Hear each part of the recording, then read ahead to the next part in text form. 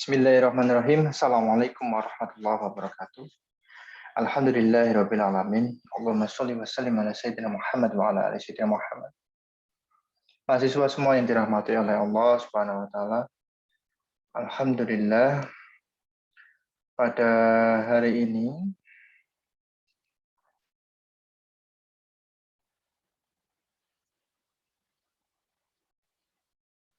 kita masuk pada pertemuan yang ketiga. Pada pertemuan yang ketiga kita masih menggunakan buku yang sama dari Logika Pemrograman Python pengarangnya Bapak Abdul Qadir. Kita membahas mengenai pemrograman komputer dalam penyelesaian permasalahan yang nantinya kita bahas mencakup program pemrograman, bahasa pemrograman, interpreter, and compiler, siklus pengembangan programnya, ini berarti ada alurnya, penyelesaian masalahnya, algoritmanya, diagram alir atau flowchart, rancangan program, penulisan program, dan pengujian program. Hari ini kita akan membahas mengenai pemrograman komputer ya, masuk langsung. Apa itu program? Nah, di sini dikatakan program kumpulan instruksi yang ditulis oleh orang dan ditujukan untuk komputer agar komputer melaksanakan tugas sesuai dengan instruksi yang diberikan. Itu program.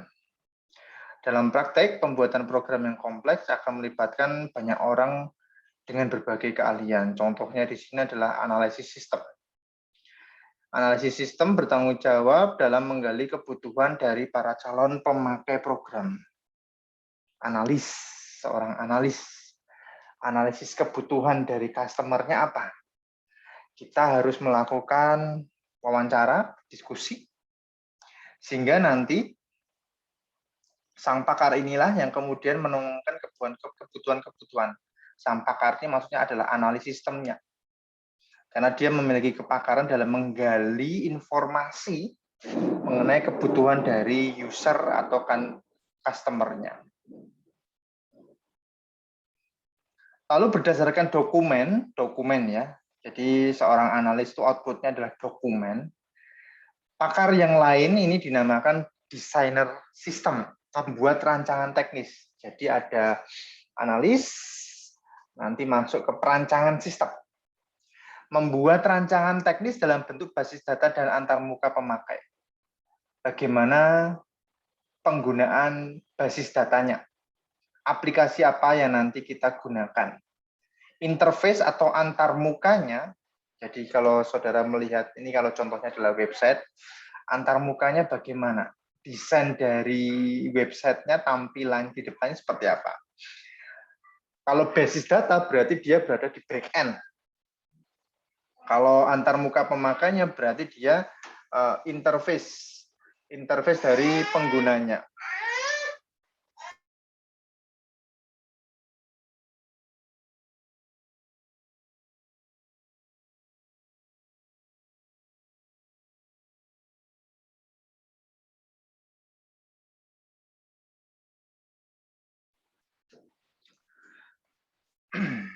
Rancangan-rancangan dari back end yaitu basis data di sini. Bagaimana tipe datanya, tabelnya, create database-nya, ya, yang saudara dapatkan di perkuliahan semester 1 ini juga ya. Bagaimana antarmuka pemakainya, front end-nya menggunakan bahasa pemrograman apa. Yang nantinya dari dokumen yang diserahkan oleh analis, lalu diserahkan oleh desainer sistemnya, perancangnya.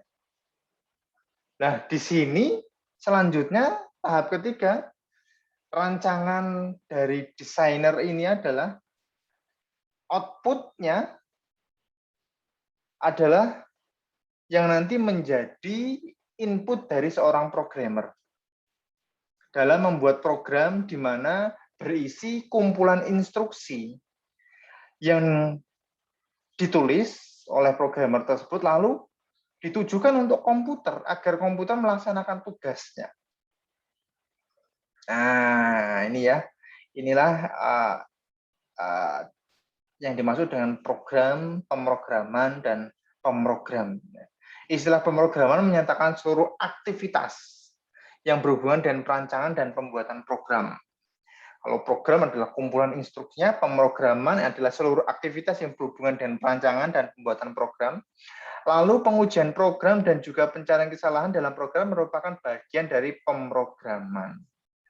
Jadi setelah selesai dari seorang programmer menulis instruksi-instruksi untuk ditujukan ke komputer, ada yang namanya quality assurance di sana, yang memastikan kualitas dari pengujian programnya, apakah terdapat kesalahan atau bug di dalam suatu program tersebut.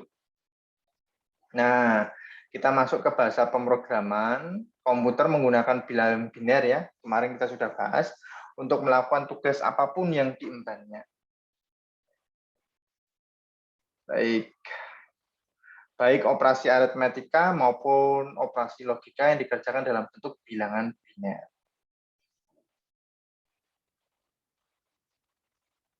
Untuk memudah pemrogram dalam membuat program, bahasa pemrograman diciptakan. Nah, ini kita masuk ke dalam bahasa pemrograman definisinya. Bahasa yang digunakan untuk membuat program. Awalnya, bahasa pemrograman digunakan pada bahasa mesin, yang tentu saja bahasa ini berorientasi pada mesin yang menggunakan kode dalam bentuk bilangan biner dan bergantung pada jenis komputer yang digunakan. Karena bahasa mesin itu sulit dan sangat monoton, menjemukan, bahasa yang lebih mudah diciptakan dengan nama bahasa rakitan. Dari bahasa mesin, lalu diciptakanlah bahasa rakitan. Ketimbang menggunakan kode dalam bentuk biner, bahasa rakitan menggunakan kode-kode singkat yang mudah diingat. Sebagai contoh, CMP digunakan menyatakan operasi perbandingan dan JMP untuk menyatakan lompatan. Walaupun begitu, bahasa rakitan tetap berorientasi pada mesin sehingga dirasakan tetap sulit bagi pemrogram terutama pemula. Nah, berkembang lagi. Nah, ini ya, berkembang. Ada kata seperti if digunakan untuk menyatakan pengandaian dan while digunakan untuk melakukan perulangan. Pengandaian ini maksudnya ada pengkondisian syarat. Dalam terminologi pemrograman, bahasa pemrograman yang berorientasi pada manusia dinamakan bahasa beraras tinggi dan berorientasi pada mesin. Dinamakan bahasa beraras rendah. Beberapa contoh bahasa pemrograman ini untuk kedua aras, kita lihat bahasa beraras tinggi ini ya. Yang kita nanti gunakan adalah Python. Nah, bahasa beraras rendah, bahasa mesin, dan bahasa rakitan. Semuanya orientasinya adalah mengkonversi instruksi dari manusia ke komputer. Komputer nanti menampilkan atau membantu kegiatan manusia sehingga outputnya dihasilkan oleh komputer untuk manusia itu juga. Sebagai gambaran mengenai perbedaan antara bahasa beraras rendah dan bahasa beraras tinggi, nah ini ya. Instruksinya ini beberapa instruksi B402 atau ini bahasa mesin berdasarkan IBM PC, write. Nah, ini Pascal, bahasa Pascal, ada display, COBOL, printf itu C, ini sintaknya ya. Code itu C++, system out print, Java, kalau Python cukup print, seperti itu.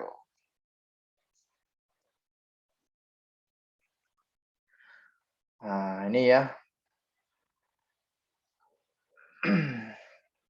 Yang pada masa sekarang yang populer nih ya, ada C++, Java, Python. Ya, sangat populer. Nah, kita masuk ke dalam C++. C++ merupakan pemrograman yang dikembangkan berdasarkan bahasa C dengan memasukkan unsur pemrograman berorientasi objek.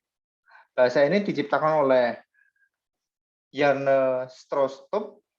Nama C++ disematkan pada tahun 83, simbol plus plus menyatakan operator pada C++ yang digunakan untuk menaikkan nilai dalam variabel. Pada tahun 85, Bjarne Strostrup merilis referensi bahasa C++ dengan judul The C++ Programming Language. C++ sifatnya portable, Ya, kode sumbernya dapat dikompilasi. Nah, C++ inilah yang menjadi inti dari source code sistem operasi seperti Windows, macOS maupun Linux. Nah, ini ya contoh programnya menuliskan hello world nih. Nah, ini include IO stream, input output stream, ini adalah memanggil library-nya, integer main, lalu std code, ini adalah untuk mencetaknya. Nah, ini adalah C++. Lalu bahasa Java. Java ini bahasa pemrograman berorientasi objek yang diciptakan oleh James Gosling dan kawan-kawannya di Sun Microsystem. Bahasa ini mengadopsi perintah pada C++, pengembangan awalnya dilakukan pada tahun 91 dengan namanya Oak. Rilis Java untuk publik dilakukan pada tahun 95. Berbeda dengan C++, Java menerapkan konsep write once, run anywhere. Kode Java yang telah dikompilasi dalam bentuk bytecode dapat dijalankan pada berbagai platform. Kelebihan lain Java pada kemampuan pengumpulan sampahnya. Metode ini memungkinkan pemrogram tidak perlu menyediakan perintah yang secara eksplisit digunakan secara langsung ya, untuk membebaskan memori suatu objek yang sudah tidak digunakan lagi. Semua objek yang tidak digunakan dengan sendirinya akan dibebaskan. Nah, ini maksudnya dari kelebihan lain dari Java adalah kemampuan pengumpulan sampahnya ini. Menunjukkan contoh program C++. Bukan C++ ya, Java ini ya. Ini Java, mohon maaf ya. Tulisannya di sini adalah C++, tapi seharusnya ini Java. Public class hello world. Nah, ini public static void main string argumen sistem out-nya hello world. Kalau Python cukup seperti apa? Print hello world tanpa memanggil library-nya, tanpa memberikan kurung kurawalnya di seperti ini membentuk sebuah kelas, ini membentuk sebuah main, cukup langsung ketikkan hello world. Maka dari itu, kenapa saat ini Python sangat berkembang populer karena interpretasinya, pemrogramannya itu cukup mudah. Kita menggunakan bahasa Python itu cukup mudah karena sifatnya yang portable ini. Python menyediakan manajemen memori yang bertindak sebagai metode pengumpulan sampah pada Java. Dia mengumpulkan keuntungan-keuntungan dari C++, Java, lalu dibuatlah oleh Guido van Rossum pada tahun 91. Nah, memang ini dirancang untuk memudah dibaca oleh orang. Kita lihat interpreter dan compiler. Nah, kita masuk ke dalam interpreter dan compiler. Apa itu? Kode sumber source code yang ditulis oleh pemrogram perlu diterjemahkan dalam kode biner yang dipahami oleh komputer. Mengingat komputer hanya mengenali kode biner. Oleh karena itu, perangkat lunak bernama compiler atau interpreter berperan dalam melaksanakan penerjemahan. Gambar 2.5 ini. Nah, ini ya penerjemahan nih. Proses penerjemahan pada interpreter. Kode sumber instruksi 1, 2, 3, urutan pengerjaan instruksi 1 diterjemahkan kemudian dijalankan, 2 diterjemahkan kemudian dijalankan, 3 diterjemahkan lalu dijalankan. Urutan pengerjaan ini interpreter, kalau compiler instruksi 1 hingga instruksi 3 diterjemahkan menjadi kode objek. Eksekusi programnya ketika kode objek dijalankan tidak ada penerjemahan lagi dan tidak bergantung pada kode sumber, itu compiler. Nah, kita jelaskan interpreter ini. Nah, ada perbedaan ya urutan pengerjaannya dari interpreter dan compiler. Interpreter menerjemahkan instruksi pada saat program diminta untuk dieksekusi. Itu interpreter. Interpreter. Jadi menerjemahkan instruksi pada saat program diminta untuk dieksekusi. Lalu penerjemah ini memerlukan kode sumber untuk diproses. Setiap kali suatu baris instruksi dapat dipahami oleh komputer, instruksi tersebut dijalankan, lalu baris berikutnya dalam kode sumber akan diproses oleh interpreter. Model penerjemahan seperti ini terdapat pada Python. Pada masa sekarang, bahasa pemrograman menggunakan interpreter biasa disebut bahasa scripting language. Adapun kode sumbernya disebut dengan script. Nah, Hampir sama ya. Kalau tadi bahasa script, kalau kode sumbernya adalah script, gitu ya. Berbeda dengan interpreter, compiler menerjemahkan instruksi ke dalam kode objek secara keseluruhan. Jadi diubah dulu instruksinya ke dalam objek. Untuk semua instruksi, kode objek ini disimpan dalam bentuk file. Proses penerjemahan kode sumber ke kode objek disebut kompilasi. Kompilasi itu berarti dikumpulkan dulu. Kompilasi biasanya digabungkan dalam proses linking, yaitu proses menggabungkan kode objek dan pustaka-pustaka yang disediakan oleh bahasa pemrograman menjadi kode yang bersifat dapat dieksekusi secara langsung oleh komputer. Bahasa seperti Java dan C++ tergolong sebagai bahasa yang menggunakan compiler. Namun khusus untuk Java, hasil kompilasi berupa bytecode. Nah, itu ya. Jadi kalau ini biasa digunakan oleh bahasa Python, setiap kali instruksi langsung dijalankan. Setiap kali instruksi langsung dijalankan. Tapi kalau compiler dari bahasa C dan bahasa Java, semua instruksi dikumpulkan dulu, baru nanti diterjemahkan menjadi objek. Dari objek itu dijalankan. Jadi ada proses kompilasinya, makanya disebut dengan compiler. Itu tadi sekilas mengenai interpreter dan compiler, lalu kita masuk ke siklus pengembangan program. Menyelesaikan suatu masalah, hendak dituangkan dalam program terdapat 4 langkah. Nah, ini tadi yang sudah saya jelaskan. Analisis, desain, programmer, lalu quality assurance atau pengujian programnya. Itu tahapannya. Nah, itu ya tahapannya. Penyelesaian masalahnya merupakan bagian dalam tahapan analisis masalah. Hal ini dilaksanakan dengan memulai untuk menggali keluaran program yang diharapkan dan menemukan masukan-masukan yang diperlukan tanpa perlu memikirkan proses yang mengubah masukan menjadi keluaran. Dengan perkataan lain, proses dapat dianggap sebagai kotak hitam terlebih dahulu. Ini ada masalah, ada masukan, proses keluaran. Contoh, diberikan suatu persoalan sederhana untuk membuat program yang digunakan untuk menghitung keliling lingkaran. Pertama-tama, luas lingkaran dijabarkan terlebih dahulu untuk memastikan pengertian keliling lingkaran. Nah, ini ya, keliling lingkaran, jari-jari lingkaran. Jadi soalnya adalah menghitung keliling lingkaran. Kita harus menjabarkan dulu seperti apa rumus dari keliling lingkaran yang memerlukan jari-jari lingkaran.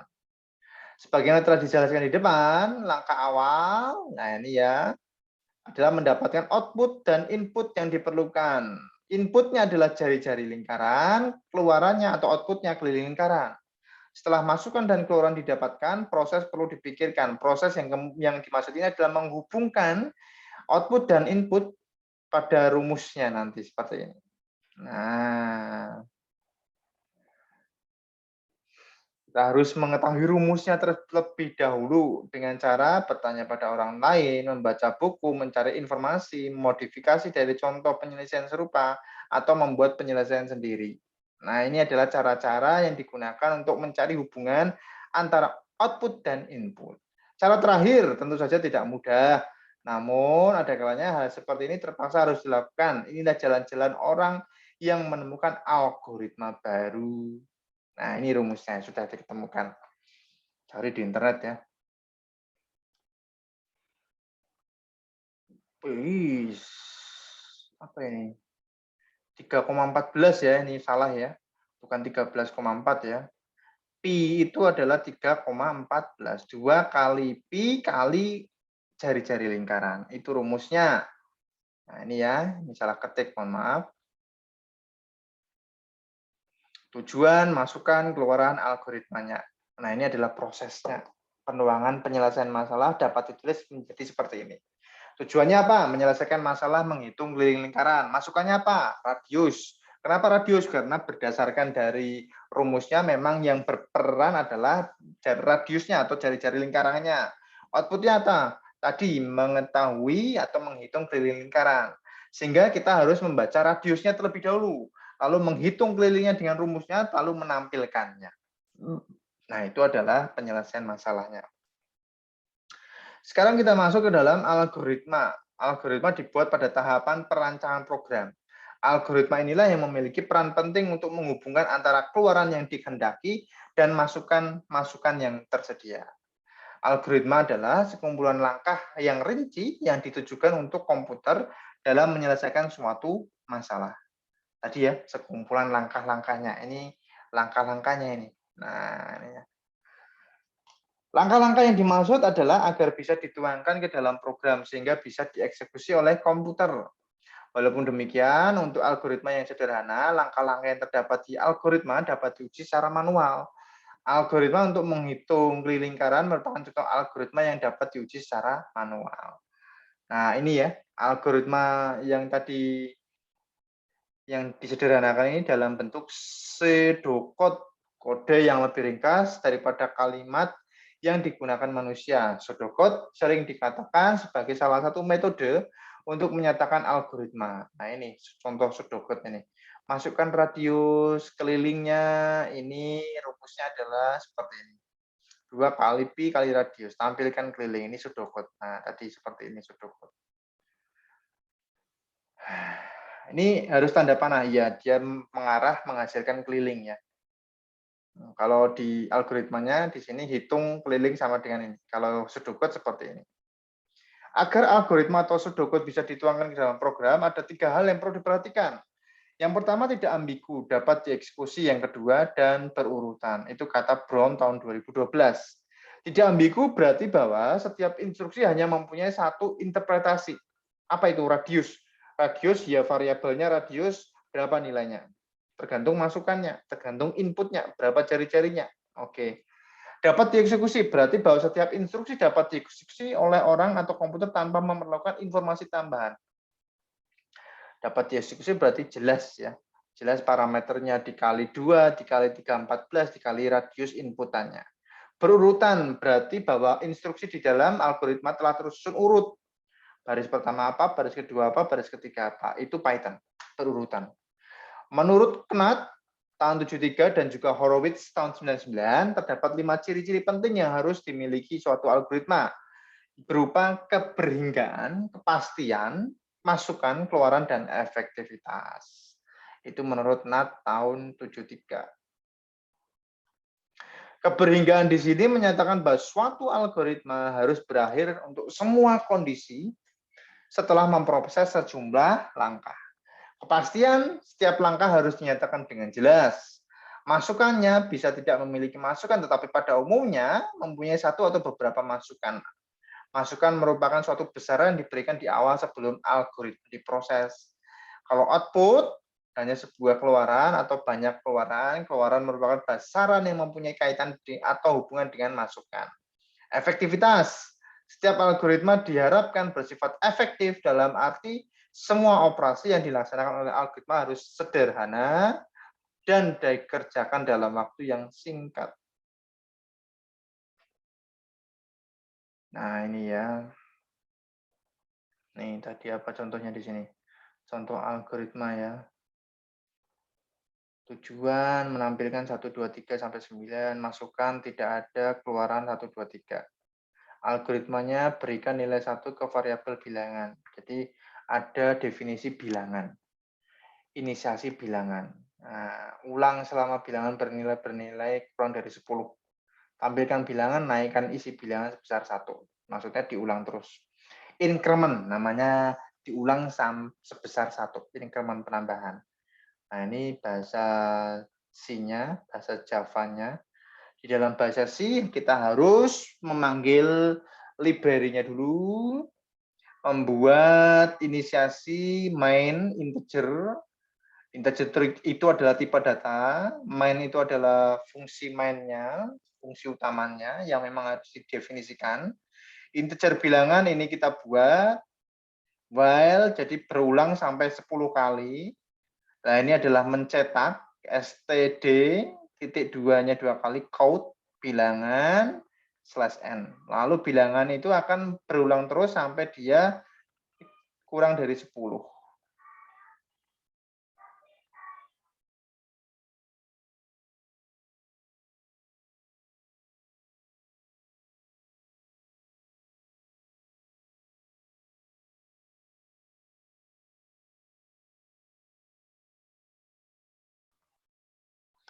Lalu dalam bahasa Java ada public class, ini yang harus kita buat kelasnya, deret. Lalu public static void, nah ini ya. Ini contoh skripnya.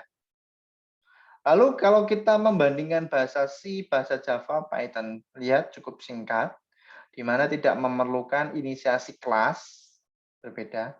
Cukup bilangan sama dengan 1, yaitu adalah inisiasi atau deklarasi sebuah variabel dengan nama bilangan. Ini bebas bilangannya. Boleh bil, boleh angka gitu ya, sama dengan 1. While bilangan kurang dari 10.2. Jika ada variabel bilangan kurang dari 10, maka dia akan melakukan mencetak, print. Lalu setelah ini mencetak, dia akan melakukan increment penambahan 1 sampai dia kondisinya kurang dari 10. Selesai. Nah, itu ya. Makanya di dalam bahasa Python ini mudah dipahami. Kenapa? Karena di dalam bahasa Java dan C membutuhkan apa yang namanya? Membutuhkan pemanggilan-pemanggilan library, pembuatan sebuah kelas yang membuatnya menjadi lebih rumit seperti itu. Nah, ini penyelesaiannya ya. Ini bisa nanti silakan nanti dibaca penyelesaian-penyelesaian seperti ini. Bukunya sama ya, kalau saudara beli itu memang sekitar berapa? 40.000 atau berapa ini? E-book yang saya beli. Tidak bisa saya copy ini ya, memang tidak bisa saya copy, mohon maaf. Ada hak cipta di sini yang tidak bisa saya bagi, tapi karena saya sudah membeli, berarti saya bisa membaginya kepada saudara. Ini contoh penyelesaian-penyelesaiannya. Kita masuk ke diagram alir atau flowchart yang biasanya itu adalah diagram yang menggambarkan suatu proses. Diagram ini merupakan alternatif lain untuk menggantikan algoritma maupun pseudocode. Hal ini menarik saat ini terdapat perangkat lunak yang memungkinkan untuk membuat diagram alir. Wah, ini nanti silahkan digunakan ya, flowgorithm. Wah, bentuknya seperti apa? Ini bisa digunakan ini. Oh, tidak bisa. Di copy flowgorithm. Oh, salah mungkin ya. Flow, oke benar. Flowgorithm. Oh ini. Saya kira tidak perlu install, ternyata install. Oke. Diagram alir ini dikelompokkan dalam 2 kategori. Diagram alir sistem flowchart, dan diagram alir program flowchart. Perbedaan keduanya sebagai berikut. Nih diagram alir, simbol-simbol digunakan dalam diagram alir. Diagram alir sistem digunakan untuk analisis sistem, menggambarkan aliran data, struktur berkas di dalam suatu sistem. Nanti kita biasanya menggunakan kalau saya menggunakan star UML ya. Diagram alir program biasanya dipakai untuk pemrogram untuk menjelaskan langkah-langkah di dalam suatu program. Ini biasanya iya. Kalau sistem biasanya diagram alir yang tadi, kalau program itu masuknya nanti kalau saya biasanya menggunakan star UML ya. Nah, ini simbol-simbolnya ini. Tanda mulai, masukan, keluaran, prosesnya, keputusan tadi while, if, ini terdefinisi, nah ini konektor tanda hubungnya. Nah,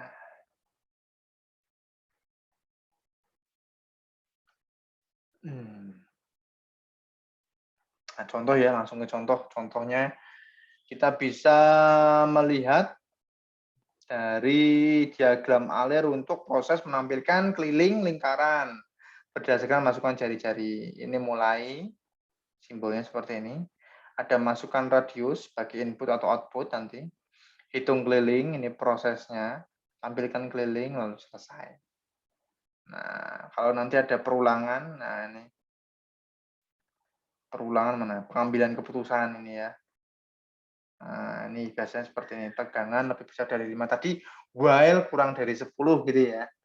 Wah, bilangan, mohon maaf, bilangan tadi kurang dari 10, maka dia akan mengeksekusi apa tadi prosesnya. Berarti menambah ya, increment tadi. Lalu setelah itu ditampilkan gitu ya. Nah, ini bilangan kurang dari 10. Tampilkan bilangan. Nah, terus naikkan bilangan sebesar 1, ngulangi lagi. Jika sama dengan 10, berarti dia langsung masuk ke ending program.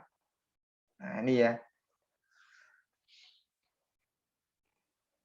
Ini perancangan program yang tadi sudah kita contoh antarmukanya. Perancangan program itu biasanya kita menggunakan balsamic mockup. Balsamic mockup. Nah, balsamic mockup itu seperti apa? Sebentar ini. Balsamic mockup belum, mockup. Nah, ini interface-nya itu biasanya kita menggunakan ini balsamicnya. Ini baru ini berarti nih. Oke, balsamic mockup. Nah, ini perancangannya kayak gini. Nah, balsamic. Tidak hanya seperti ini sangat-sangat sangat-sangat sederhana sekali. Kami untuk membuat antarmuka itu biasanya desainnya seperti apa nanti yang harus ditampilkan. Nah, kalau penulisan program ini